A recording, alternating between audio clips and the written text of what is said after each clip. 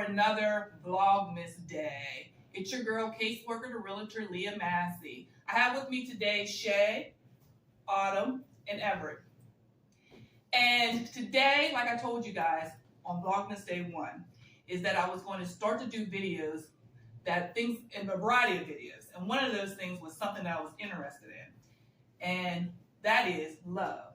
All things love. Love stories, love songs, hearing about love. So I decided to ask some of my friends to come sit down with me and have a discussion on being single. So this will be a sit-down video where I'll be asking my friends some questions, my female friends and my male friend, to get a female and male perspective. This video will be one of many where I will try to get to the root of why we think and act the way we do when it comes to relationships, and how we really feel about them from a single's perspective. So if anyone really knows me, they know that I like to go deep.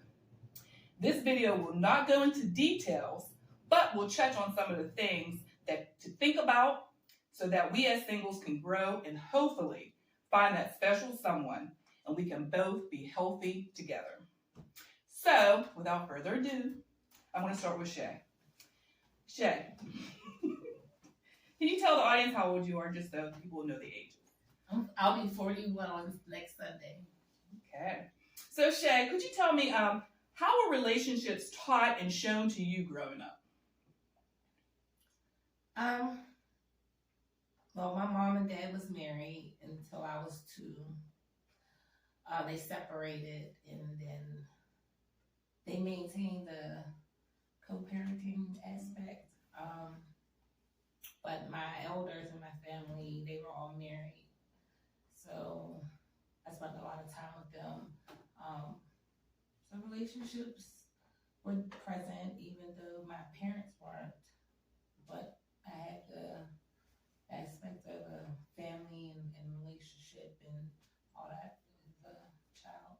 Okay, so they were both present. They were Yeah. there, even though they were separated. They were Mhm. present. Okay.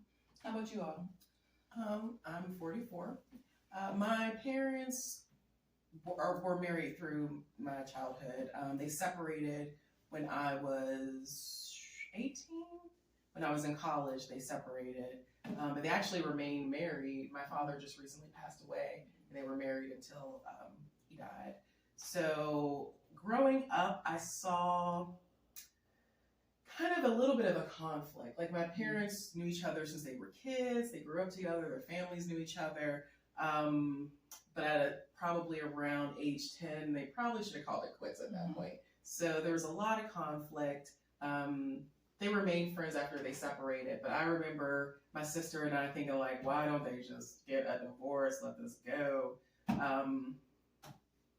You know, nothing horrible. We just saw them disagree a lot, or there was silence, or there were like, oh, your mom did this or your dad did this. So yeah, I think I grew up thinking marriage could be very unhappy. Okay. How about you, Everett? Well, I'm 36, and how relationships were taught to me were just like the basics, my mom saying, you hold the door for a woman and, you respect her, don't, curse, don't hit, don't put your hands on a woman. But as far as my parents, and also like I grew up in a devout Christian home when it came to my mom. At that time, my dad was not really doing the church thing. And my parents, there was a lot of friction between the two, at least in my growing up in my childhood. So they separated quite a few times, divorced, and then ended up getting remarried. 2010, yeah, 2010 they got remarried. But just the basic stuff, as far as what you should do and what you shouldn't do in relationships. That's interesting you brought that up, because I would say my dad did a lot, because he had 2 girls, so he did talk to us a lot about how men should treat you or boys should treat you. Right. He loved to intimidate our boyfriends when they came to the house, because he was a funny guy, he was a nice guy, but in front of them he was like this really like stoic guy. But Right. yes, I do think my dad really wanted to make sure his girls knew what they should expect from a good guy. And that was one of my questions I was going to ask is how involved was your mother and father in your dating life? Did they give you guys advice? Did they meet the people you were dating? Did they provide feedback?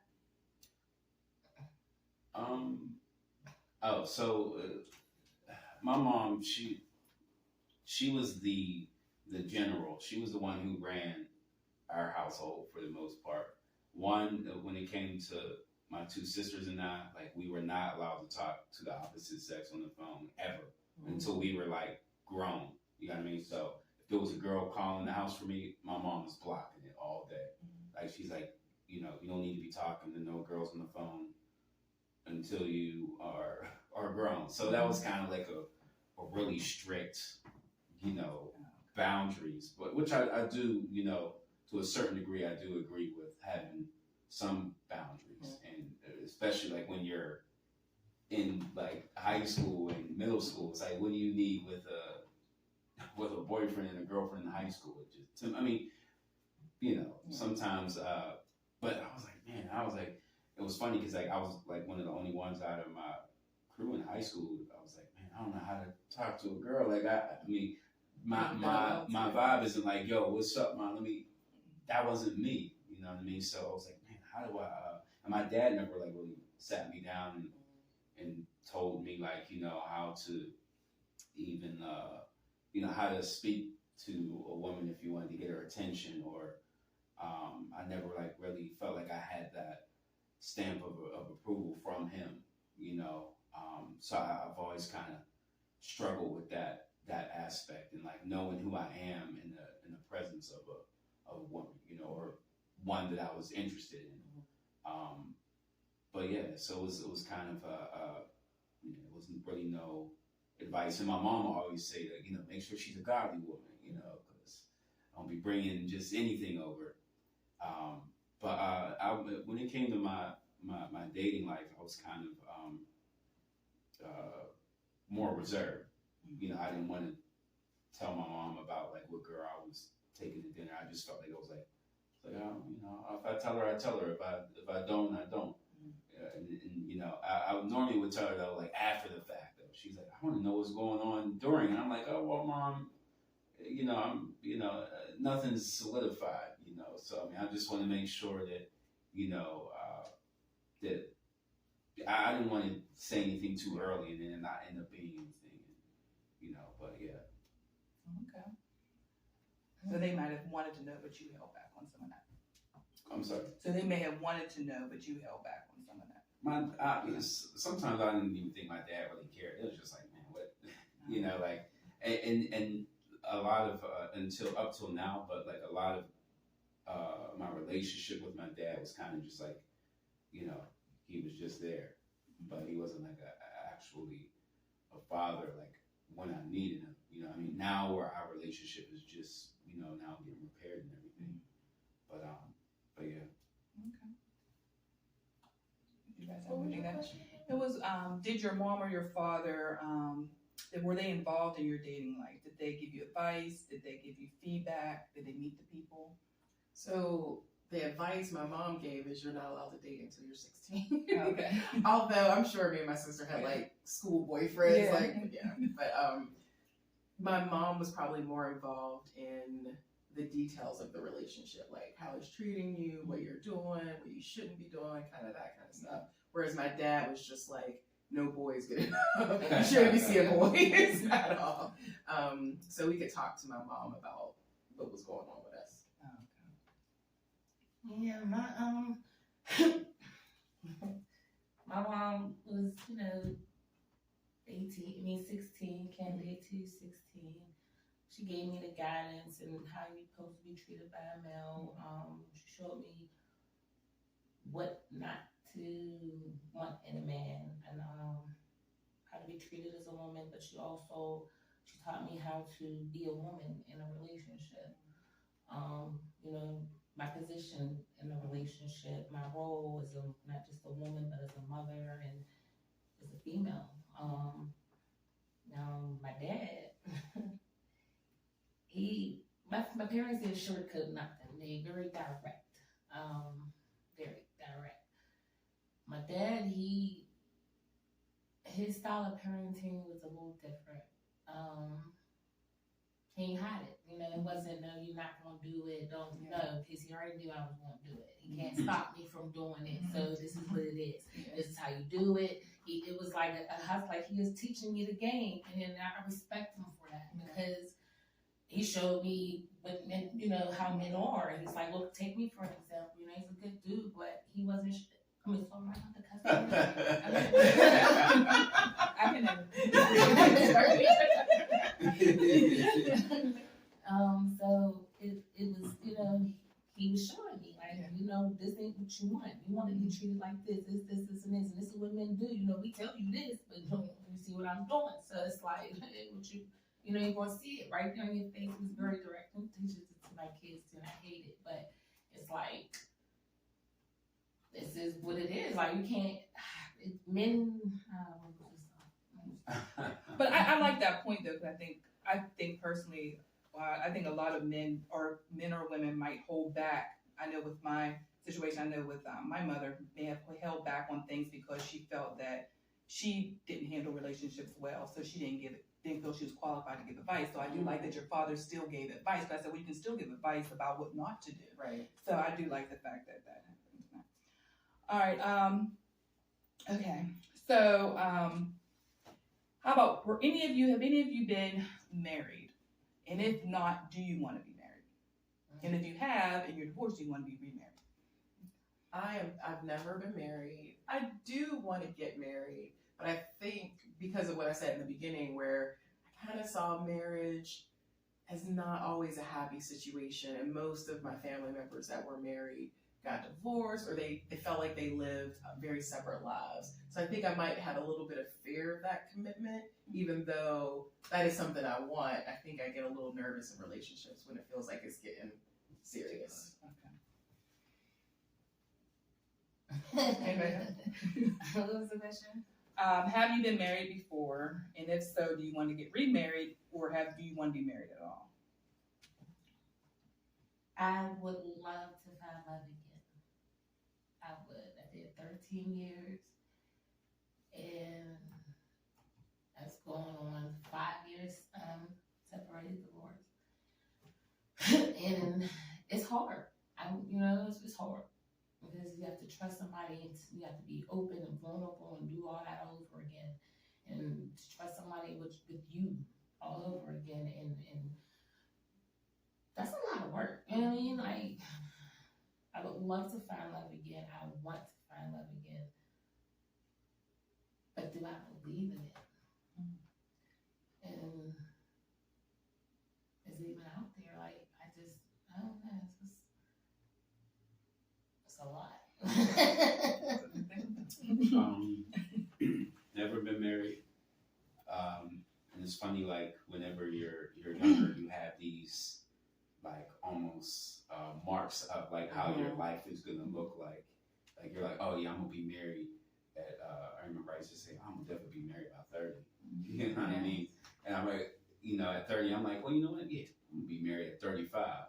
And here I am, 36. It's like I didn't meet any of my marks, so it's not like this. I mean, it just shows you that that's not how life is made up. Life isn't made up like as some, playbook, or like somebody gives you a book like, okay, by these marks, this is, you're gonna want to have everything marked. Yeah. Sometimes it, I will admit I have a lot of something to do with how me not meeting those marks that I kind of had up in my head. You know what I mean? I had a lot of growing up to do, still have a lot of growing up to do. But I think along with growing up, a lot of healing. You know what I mean? I see a lot of people that end up in relationships and they haven't healed from their last relationship. And not just relationship, you haven't healed from some of the stuff that we've been through as children. You know what I mean? And a lot of stuff that we don't realize that is kind of just, affecting us in our adulthood. And it's like therapy wasn't like a thing, especially in my household. My mom's like, oh no, the Lord is the almighty therapist. And that's how we were like brought up. And it's like, how do I navigate my emotions like when I'm feeling this way? Like, how do I, you know, and I was never really taught that. It was just like, oh, just go and pray. But it's like, yeah, I need something else though. Like, because that's not that that's not the answer, but it's like, I think that God has appointed people in positions to help you get through that. And I always tell my mom, I'm like, Mom, it's not always like, you know, let me go talk to the almighty therapist God. It's like, yeah, he put therapists here. Mhm. He put, I mean, something simple as doctors here. Like, you know what I mean? You can't, Get your own surgery. You can't deny like a service that you need because it's like, oh no, I'm gonna go. It's like, no, if you, you know, if you have a certain sickness, you need to see certain doctors that can handle that. And it goes the same with you know your mental health and your relationship health. And I've always struggled with that in a lot of my relationships, especially if it started getting too serious. I'm like, oh man, this girl's mad serious. I was like, well, let me get ghost for a little bit. And it was like, it wasn't anything that she done. It was that I just wasn't ready. I wasn't mature enough for that. And growing up, I would observe my parents. And I'm like, growing up as a child, I never really seen them like have like actual conversations. You know what I mean? It was just, let's just handle responsibilities. And that's what I thought marriage was just like, just taking care of responsibilities, and that's it. But it was like, I saw a post on Facebook, and sorry to get off topic, but I saw a post on Facebook, and it said that a lot of us were brought up in survival, but not out of love. And I was like, man, that hit me. I was like, wow, like, so a lot of us were raised just out of survival, not even out of love. And then, like a few months after that, from a different person in another location, but on Facebook, someone had posted like, you already date out of survival. Like that's not it. And I was like, if we're dating out of survival, that means that our relationships are based out of that. And the children that we bring into this world are going to be based upon survival and not out of love. Not necessarily true. You said it's not necessarily true? I mean, it was like kind of like a general like statement, you know what I mean? Not like, not exact. Maybe something to the fact like people are dating or getting together to fill a need versus just genuinely appreciating the other person and caring about that other person. But I don't want to be lonely, or I don't want this, so I need a person. I don't know. Is that kind of the idea when you're saying out of survival? So I mean, when the person posted on Facebook, the way I thought of it was that trying to see what best way to phrase it, because there's many different interpretations. There's many different factors, like to kind of get off of the survival topic. I mean, I'll get back on that, but to kind of get off the survival topic, I said that I feel like in this generation, because of social media, there's so many different platforms of, there's Instagram, Facebook, Snapchat, TikTok, all of this. I said a lot of us just want to be entertained. And like our attention span is getting shorter and shorter. And it's like, if somebody doesn't like captivate you like that, it's like, okay, on to the next one. Especially with these dating apps. It's like you could just, and we're doing that with our relationships. You know what I mean? Even if it's just like even if it's just like a beginning part of a relationship, it's just like, I don't want that. Okay, we'll put that right there. I don't want to put that to the side. It's like, we need to constantly be entertained. Now back to survival, if I can get my thoughts together, but it's like people are getting in, or like, just generally speaking, I'm not saying like, this is this is what like exact, yeah.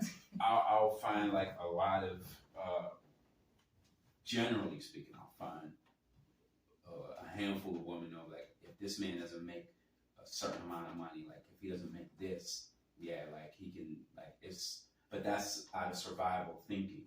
You know what I mean? It's like, if you don't make a certain amount, you don't even qualify. And as a man on the thinking of that, it's like, oh, so I don't make a certain amount, so I could never qualify to, you know what I mean, to even entertain a relationship with. So survival is like materialistic stuff. I don't want to say mechanisms, like how you, what you gotta do to get that. Like, I mean, it doesn't have to be materialistic, but women do it all the time with their body. That's a survival muscle. That's women teach that to some women teach that to their children. You know, you gotta get this bill paid. Yeah.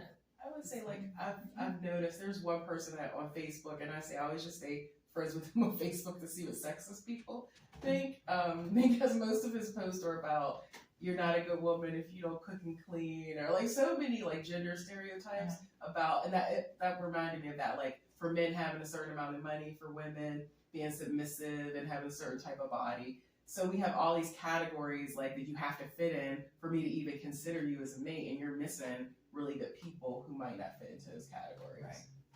Right. Okay. Now, how about did you have a first love, and did that first love have an influence on how you date? I did. It was delicious. That is hilarious. Yes, I love him. I still am. That is my baby to this day. He knows I love him.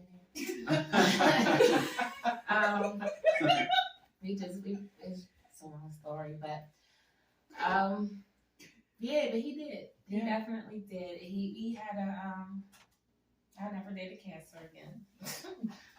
But he taught me some things about myself. We were young. We were kids. So back then, being submissive, I grew up with my mom, single mom. I'm the only girl. I'm the only child. So it's like, I am woman here before. You know, I grew up in the 80s, you know, Black Power, all that good stuff. So be submissive as a kid? What?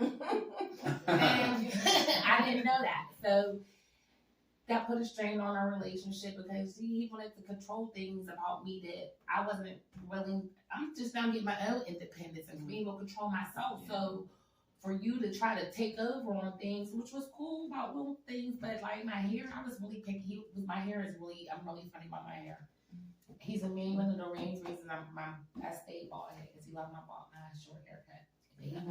He wanted to do things. And really, this is how I identify myself, and for you to try to, it was a lot. It was a lot. It was just a lot, and you know, dictating where, you know, little things. And now to this day, I'm like, shit,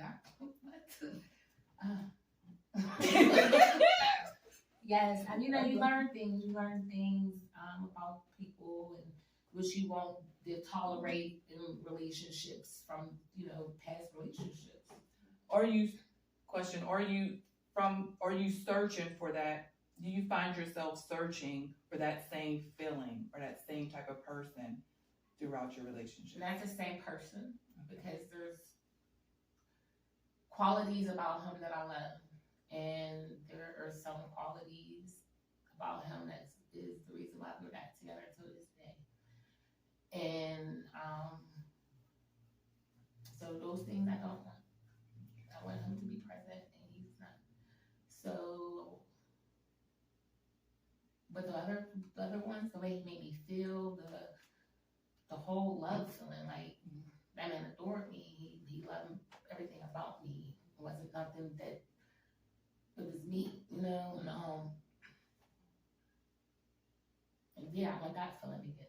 And I found that feeling again. Someone who gave it to me, but we ain't want to talk. I did have a first love, but I was a teenager. So now, like as a social worker, when I think about human development, I'm like, such as hormones. I was so in love. The whole world rose and fall. So, I mean, I think as a teenager, this person had some really great qualities, but he was a kid. He wasn't I wasn't gonna marry at 16. So, inspiration of the feelings, but I think that also has something to do with the age I was when I fell in love. As a 40-year-old, certainly I'm looking for, I'm 44. So I'm in my 40s. I'm looking for much different things than I was as a teenager. But it would be nice to have that romance, that passion. But obviously I'm also looking for someone with good character, integrity, stability. But yeah, I think thinking about who you were with that person when you first felt like you were in love, and then every love since then. Like, I think you learn something from every relationship. I would say that's a complicated question for me, because I felt like I had, I don't want to say a few, but two that really popped in my head. You know what I mean? But it was weird, because it was like, I don't think that they felt the same way that I felt. So it was one of those complicated friend zone situations. You know what I mean? So, but I knew how I felt about that girl.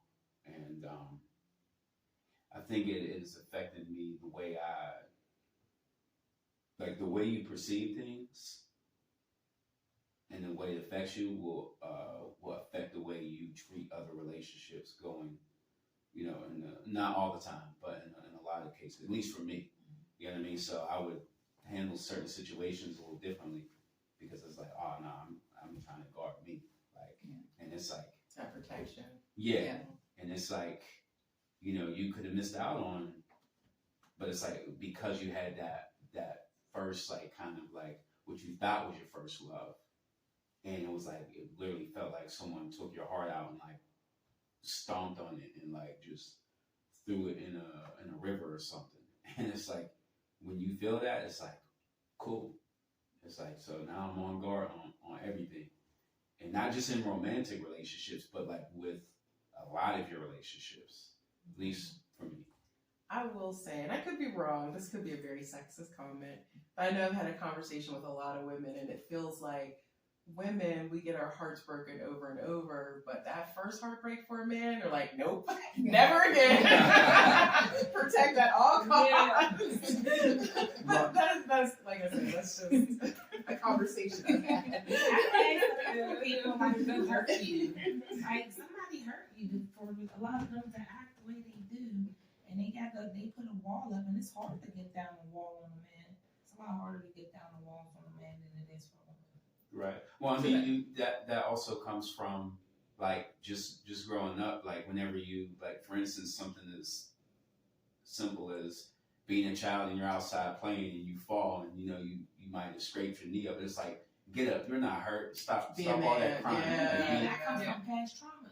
And then you start applying that to more, and it's like, now and the reason why there's that wall is because you feel like you can't be transparent. It's like, oh, I can't show that I'm hurt. So but your hurt comes out in different forms.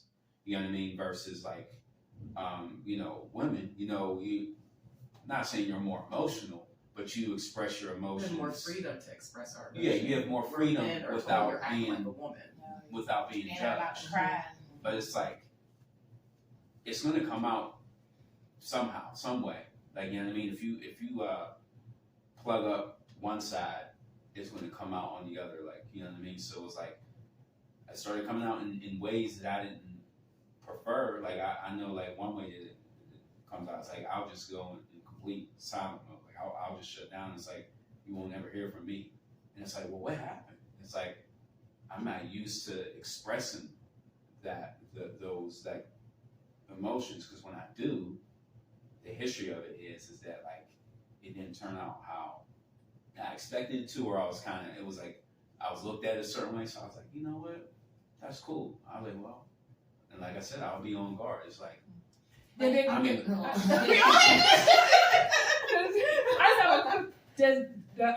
just a question I had to pop in my mind. Do the women you date get to experience this conversation from you? Well, one of them, yes.